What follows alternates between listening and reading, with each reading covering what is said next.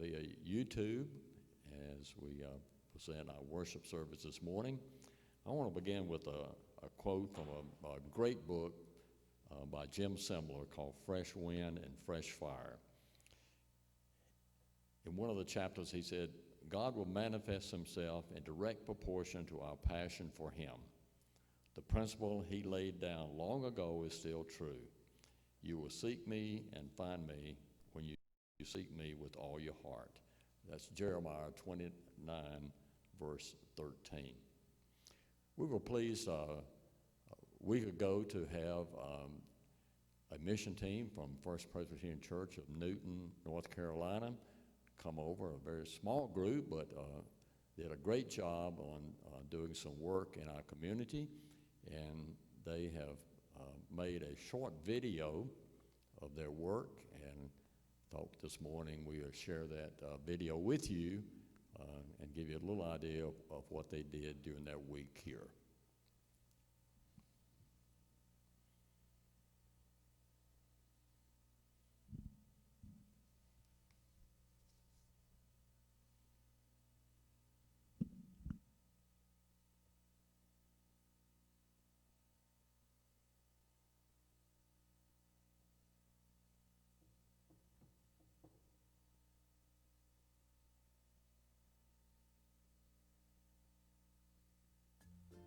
This is a story about Jacob and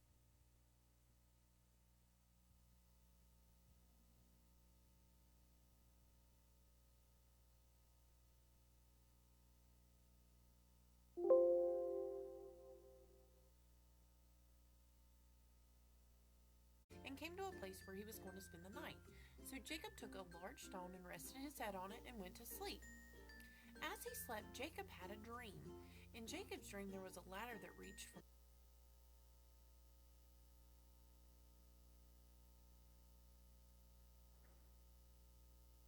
ever be on my list.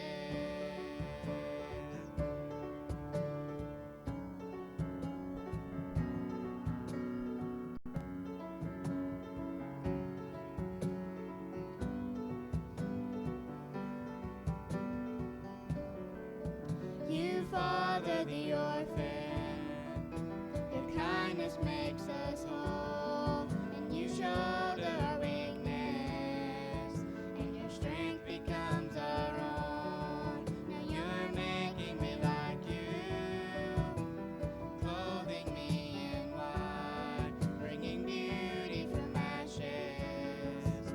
For you will have your bride, free of all her guilt, and rid of all her shame, and known by her true name.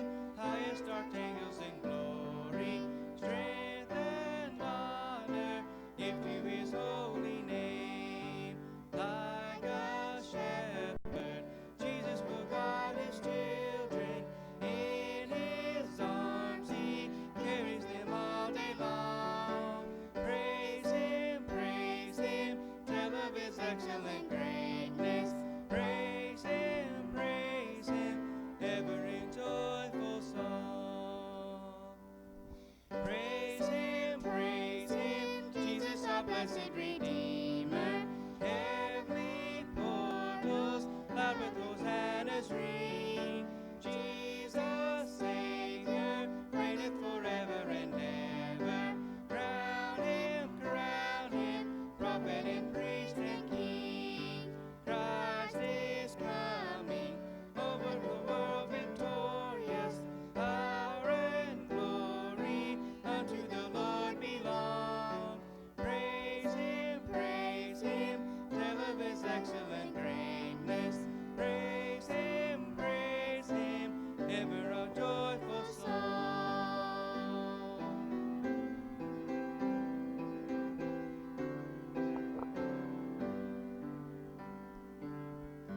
I sing praises to your name, oh Lord, praises to your name, oh Lord, for your name is great and greatly to be praised. I sing praises to your name, oh Lord, praises to your name, oh Lord, for your name is great and greatly to be praised. I give glory to your name, oh Lord, glory to your name, oh Lord, for your name is great and greatly to be praised. I give glory to your name, oh Lord, glory to your name, oh Lord, for your name is great and greatly to be praised.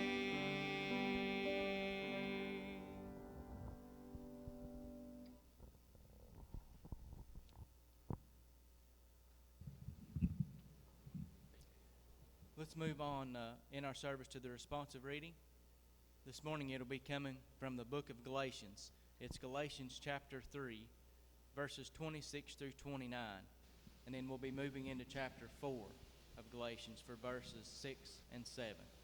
That'll be coming from the Passion Translation this morning.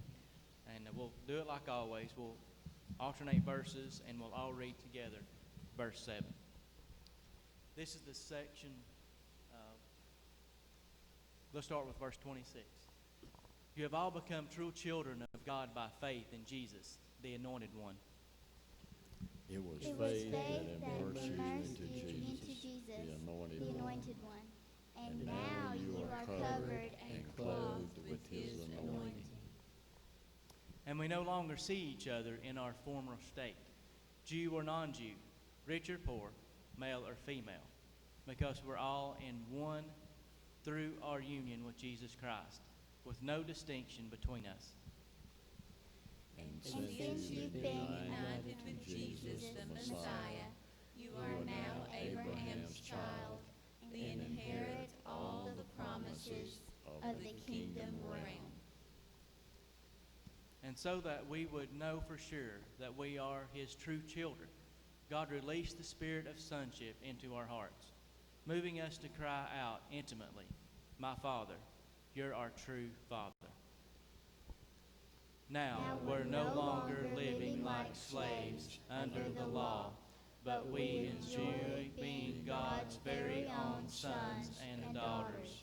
And because we're His, we can access everything our Father has, for we are heirs of God through Jesus the Messiah. Let the Lord bless to us the reading and hearing of His holy word.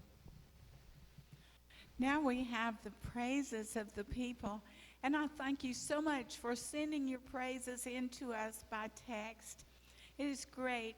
We have got a whole bunch of new babies on the way, and so we've got a baby for Kaylin and a baby for Brianna, and these grandparents are just praising God, Tammy and Craig and Leslie.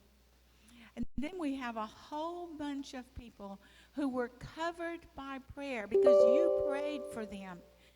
You prayed for them, and so all of their tests have come back normal. They have come back negative for COVID-19.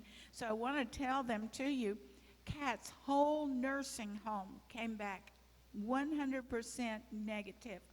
And Samantha's COVID test came back negative after she has been with someone who has actually got the virus and been with them in the car and eating lunch with them every day. And then we have Bill's brother-in-law who tested negative, and Estelle's boss, Amy, who also tested negative. And Nancy sent in a praise that we are all healthy and we're all praising God. So thank you so much for sending them in. Let's keep at it, praising God and sending those testimonies in. Thank you so much.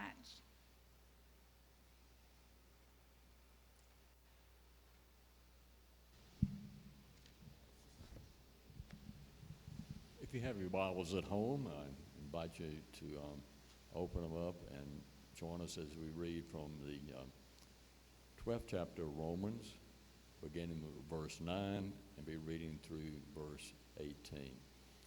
And we're using the TPT translation this morning, so it may be a little bit different from yours. So let's listen as we hear God's word from Romans chapter 12. Let the inner movement of your heart always be to love one another, and never play the role of an actor wearing a mask. Despise evil and embrace everything that is good and virtuous. Be devoted to tenderly loving your fellow believers as members of one family. Try to outdo yourselves in respect and honor of one another. Be enthusiastic to serve the Lord, keeping your passion toward Him wholly hot. Radiate with the glow of the Holy Spirit, and let Him fill you with excitement as you serve Him. Let this hope burst forth within you, releasing a continual joy. Don't give up in time of trouble, but commune with God at all times. Take a constant interest in the needs of God's beloved people, responding by helping them, and eagerly welcome people as guests into your home. Speak blessings, not cursing, over those who reject and persecute you. Celebrate with those who celebrate, and weep with those who grieve. Live happily together in a spirit of harmony, and be as mindful of another's worth as you are your own. Don't live with a lofty mindset, thinking you are too important to serve others, but be willing to do menial tasks and identify with those who are humble-minded. Don't be smug or even think for a moment you know it all. Never hold a grudge or try to get even, but plan your life around the noblest way to benefit others. Do your best to live as everybody's friend. Beloved, don't be obsessed with taking revenge, but leave that to God's righteous judgment. May the Lord bless us this reading and hearing of His holy word. If you remember a couple of weeks ago, I asked you to please get your phones and just pull it up on your phone, the Passion Translation. So it's going to be Romans chapter 12, TPT. Easy to find. It's really great. The last time that I was here, we dissected Jesus' high priestly prayer. And that's whenever He prayed for us just before He went to the cross. It's the prayer He prayed for His disciples and also for every single person that would ever believe because of their words. So I want to review just a little bit about what Jesus thought was of utmost importance to pray for you. First of all, He prayed for us to know our Father God intimately and to experience His presence every day. Second, He prayed for us to be faithful to carry his word with us. And third, he prayed for us to be in perfect unity. Unity with each other, unity with him, and unity with the Father. And the last thing that we talked about was the invitation the Father has issued to us. He has invited us to join him in the realm of eternity, to come right into his kingdom and to be welcomed as members of God's family, as sons, as daughters, as princes, as princesses. And that's what we are going to explore today.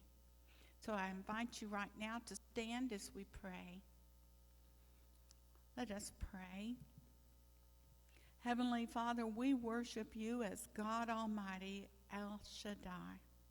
And we worship you as our Father and Creator. Magnify your name as we represent you on this earth. Lord Jesus, we worship you as Lord and Master, Adonai. And we worship you as our Savior and Redeemer. Magnify your name as we represent you in this time and place. Holy Spirit, we worship you as the Spirit of counsel, the Spirit of might. We worship you as the Spirit of wisdom and knowledge. Magnify your name as we carry your presence. May we represent you well. Teach us, Lord, in this sacred hour. Expand our capacity to understand and receive the word that you have for us today. In Jesus' name we pray, longing for and expecting your very presence. Amen. First, I want to read to you a verse from 1 Peter. So don't turn to it. You don't need to. Okay? But this is it. It's from chapter 2, verse 9. You are God's chosen treasure, priests who are kings, a spiritual nation set apart as God's devoted ones. He called you out of darkness to experience his marvelous light. And now he claims you as his very own.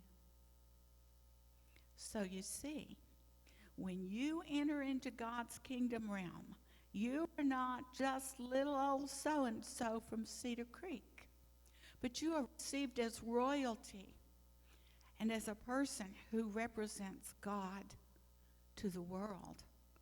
In a sense, you are an ambassador returning to the country that you represent.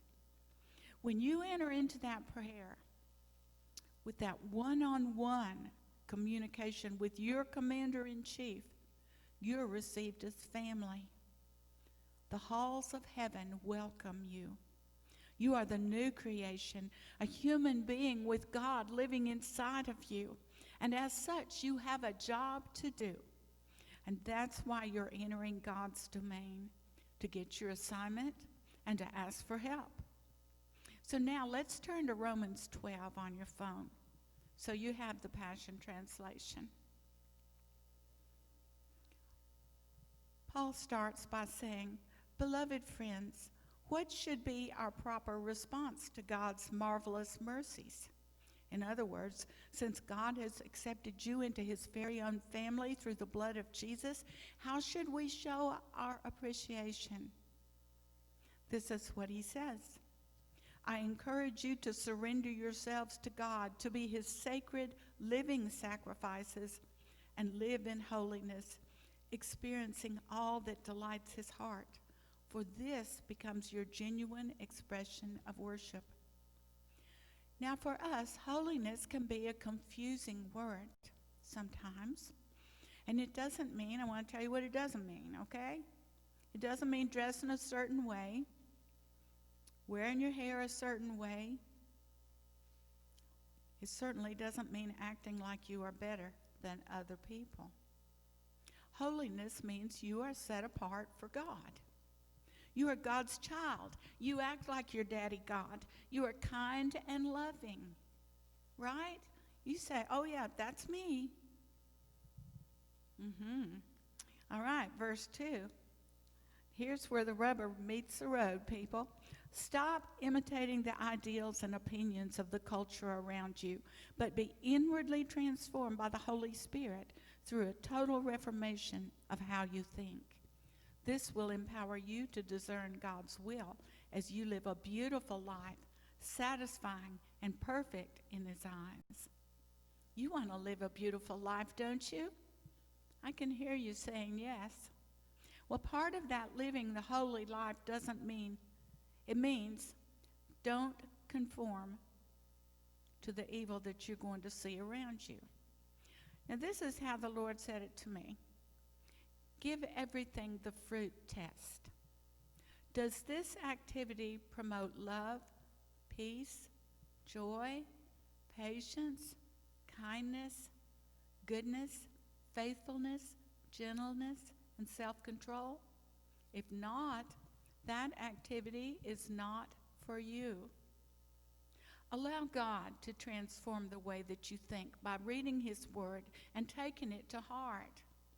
And then you say don't. Now you say I won't allow ungodly people to tempt you into being something that you're not. Don't allow it. You're royalty in heaven. You're called to greatness. The next verse warns us not to be proud or to think that we know it all. In other words, don't think that you're all that in a bag of chips. Paul tells us to judge ourselves by how strong we are in faith. Don't judge yourself by comparing yourself to other people, but only judge yourself by how much faith you use in a given situation. He explains it this way. We are the body of Christ, and just like the human body has many parts and many functions, so does the church. That's how it is. Every part of your human body has to work with every other part for everything to go right. And that's how it is in a church, the body of Christ. We are many different people with many different gifts and talents, but we have been blended together as one into the unity that Jesus prayed for. We are all vitally joined together, just as our bodies are joined together, and we all have a part to play. So we're going to look at verse 6 now in Romans 12. God's marvelous grace imparts to each one of us varying gifts and ministries that are uniquely ours. Did you catch this? Did you get it? Really?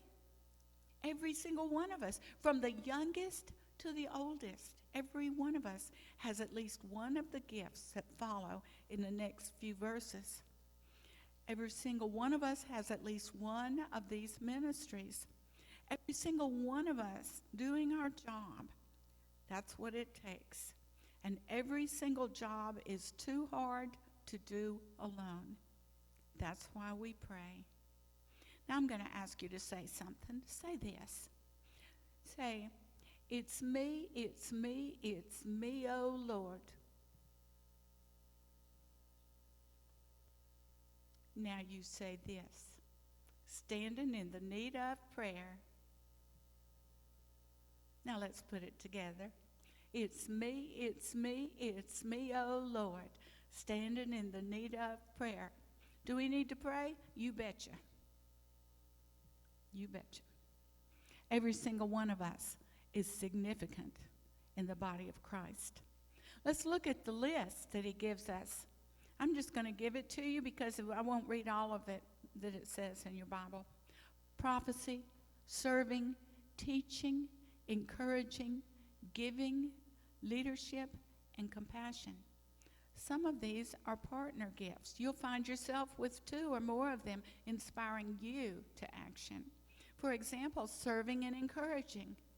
Serving and leadership. If you can't serve, you can't lead. Just get it straight. Encouraging and compassion. Giving and compassion. Prophecy and teaching. Whether you find yourself in this list or not, you are there. Who needs prayer to find their gifting? Everyone. And once you find it, stick to it, unless the Lord moves you into another place. Now, this is something that is vitally important to the life of the church, to living the life as a child of God. So go ahead and pray about that. Say, where am I, Lord, in this picture? He'll tell you. Here's a personal observation that I've made over the years. Often a person is so turned on to God, they are so excited that they will do anything. They want to serve in every single capacity. And let me tell you, this is also what I've discovered, that serving in itself is a bona fide gift. But often that server is going to find themselves being called to other ministry gifts. So oftentimes serving is the entry gate. So serve. We're all called to serve. All right. The other thing that I have learned through the years is that often a person is asked to take a position in the church or to fulfill a role in the church, and they don't feel qualified for it. Here's what you need to know. God doesn't call the qualified. He qualifies the call. So you pray about it and see. You just see where your Father's leading you in that, because you are vitally, vitally important. Who is it that needs prayer? You say, I do. I know I do. The next part of Romans 9 is what we read as the sermon scripture. And it's important, vitally important, and I know I'm using that word vitally a lot, but it is. It's just so important not to confuse these verses with what I call the gospel of politeness. What's the gospel of politeness, you ask? It's a pattern of behavior that acts mannerly, kind, and good to be socially accepted, or to keep out of trouble, or to conform to society. There's no relationship with God. It's truly a veneer over their old sinful nature that has not been changed. It's used by people who are trying to manipulate others. You know people like that. Deceived. They're deceived into thinking that the gospel of politeness is salvation. It's not. Definitely not.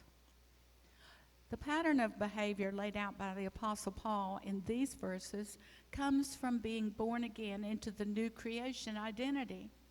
When you are the new creation, everything about you is new.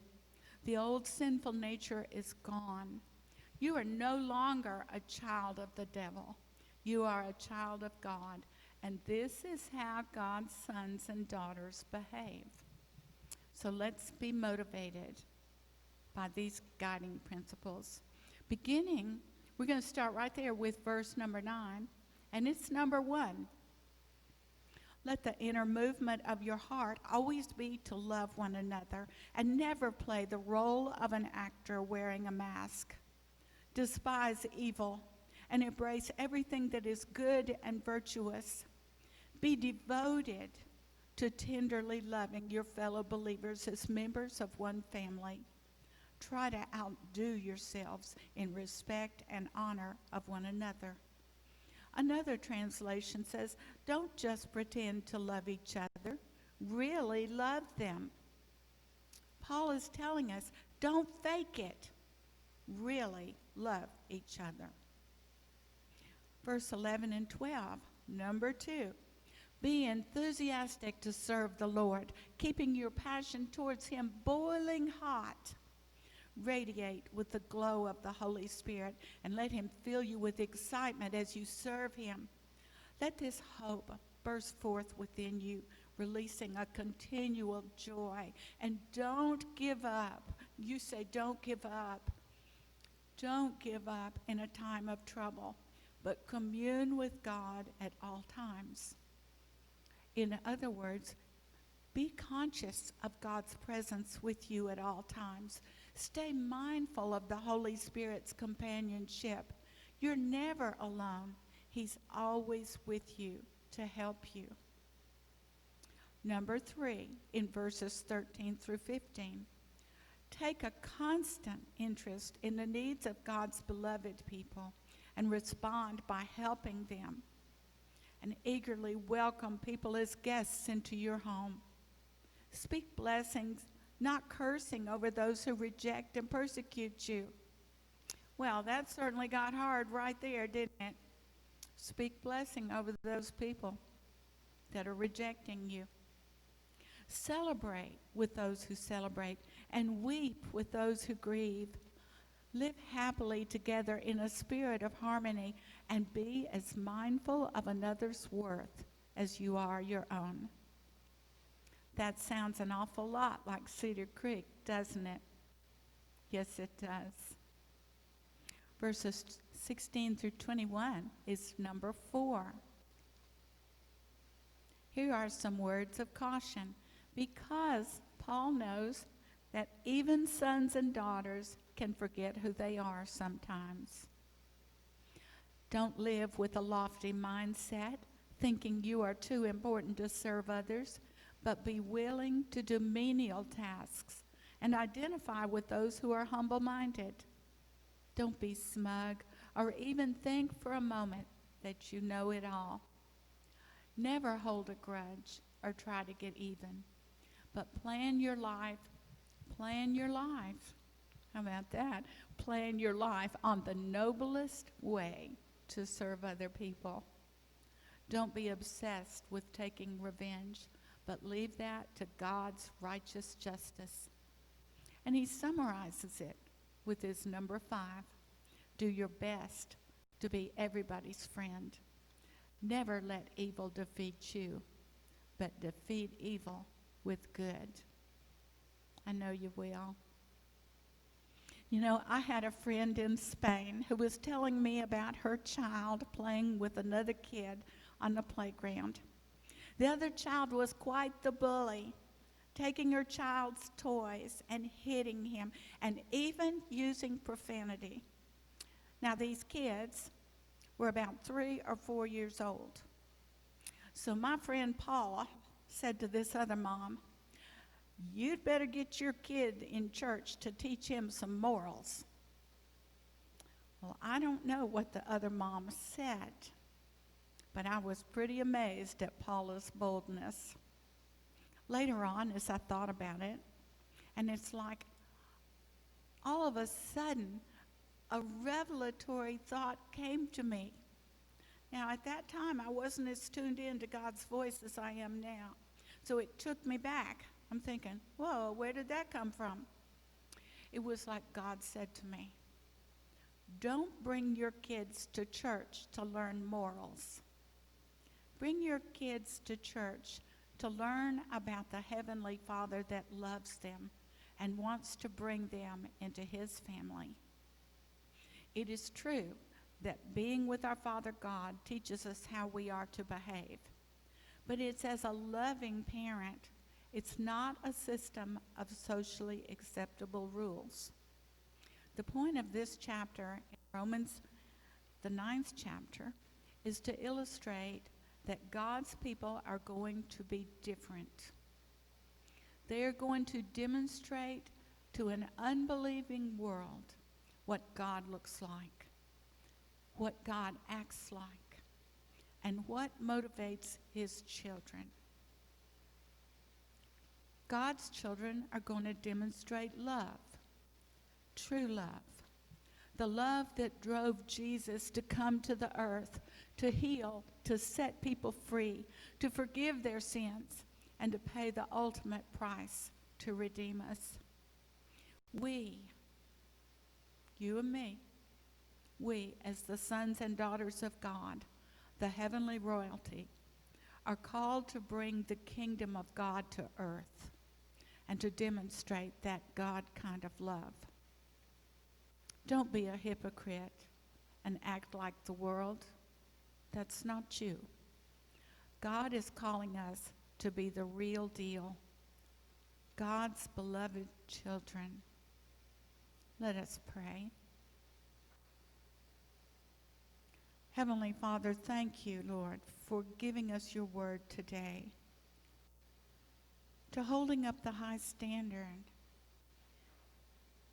that as we spend time with you, that we are transformed, that others can see Jesus in us, that they can see you, that they can magnify you, that they can glorify you, and that they can know that the Holy Spirit is truly in this place. We thank you and we praise you. We dedicate ourselves to you. We are those living sacrifices. We present ourselves to you. In Jesus' name, amen. Please join us as we sing our hymn of commitment. This is my Father's world.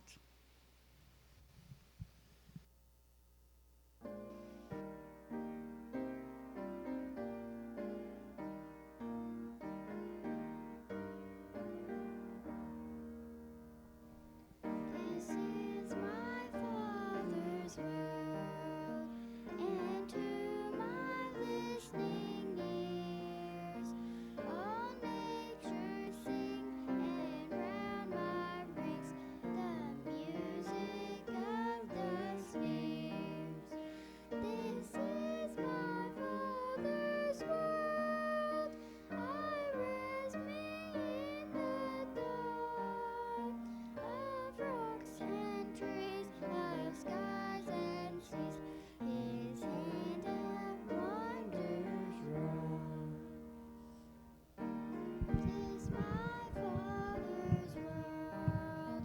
The birds their carols raise, the morning light and lily white declare their wondrous praise.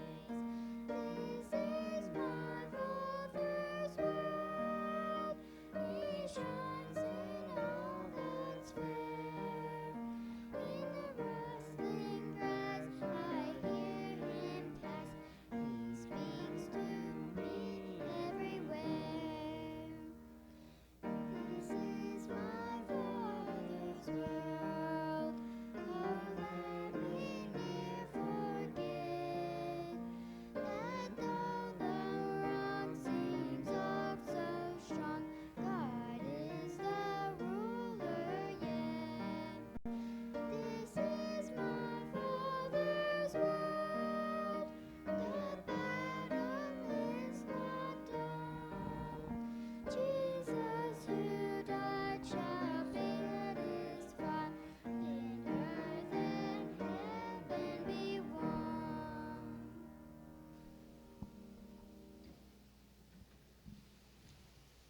Thank you for the fresh hours and leading us in our music today. It always adds a great deal to our service. They're a very talented family, and we do appreciate them sharing their music with us during this time of worship today. I encourage you to continue to be in prayer for our church, our community, our nation, as we're all going through an uptick in the number of cases of the COVID-19. But I want this morning for our prayer time share with you some prayer concerns, and I hope you continue in your homes to have a time every day for prayer, spending some time presenting to God those things on your heart that you would like Him to address and deal with.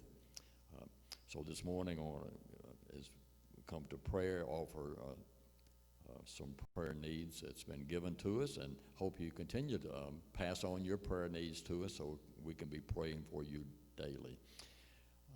It seems that school may be just around the corner in a couple of weeks if they are going to reopen, and so we want to pray for our teachers and our students because it will probably be a lot different than when they stopped back in March, so we want to pray for them.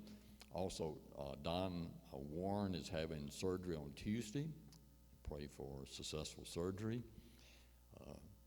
For Emily Smith, that she continues to heal following surgery. And we do pray for all those in our community that may be either in the hospital or at home recovering from COVID-19, and of course obviously praying for protection from all of us. And so those are some of the needs that have been shared this morning, so I hope you join with me as we offer prayer for these needs. Father, we thank you today that you do hear our prayers, that you're concerned about our every need, from the big things in our life to down even to the smallest things.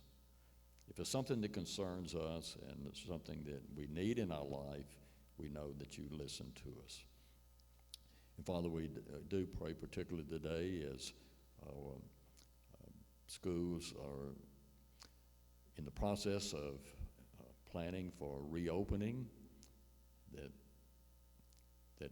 we obviously pray that it's going to be done safely, and for the challenge that our teachers and students will have as they go back to school with some different guidelines about how they will learn and how they will social distance for their protection. We do ask you to be with Don Warren as he has surgery on Tuesday. We pray that it not only be successful, we pray for a quick recovery for him. For Emily Smith, for her complete recovery from her surgery. And Father, we pray for our nation, particularly today as there are many cities throughout the country that's undergoing a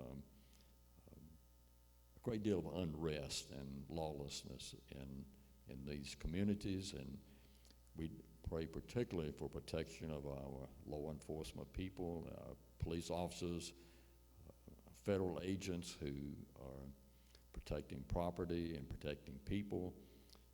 And we always obviously pray for our local police community here, and especially for those officers in our church, for Cam and Bill, for Dustin, for Craig, who has responsibility protecting the federal courthouse, and we pray for their protection as well.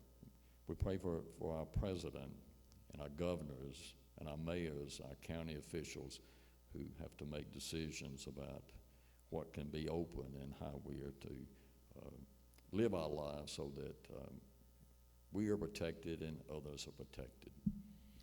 Father, we during this time of worship today, of course, give our thanks and praise for your Son, our Lord Jesus Christ, who through his life, death, and resurrection brings us hope, brings us the presence of his Holy Spirit in our lives, so that we have someone that walks with us daily as we go about our jobs and our family life.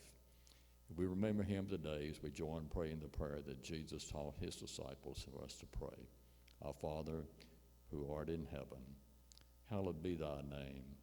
Thy kingdom come, thy will be done on earth as it is in heaven. Give us this day our daily bread, and forgive us our debts as we forgive our debtors. And lead us not into temptation, but deliver us from evil. For thine is the kingdom, and the power, and the glory forever. Amen. We continue to thank you for your generosity and supporting the church financially during this time of crisis. We appreciate your tithes, your offerings, and we continue to do the ministry here at the church, even though it's obviously done differently. But we do thank you for your offering, and invite you now to join as we praise God as the Fresh Hours lead us in a doxology. Praise God from whom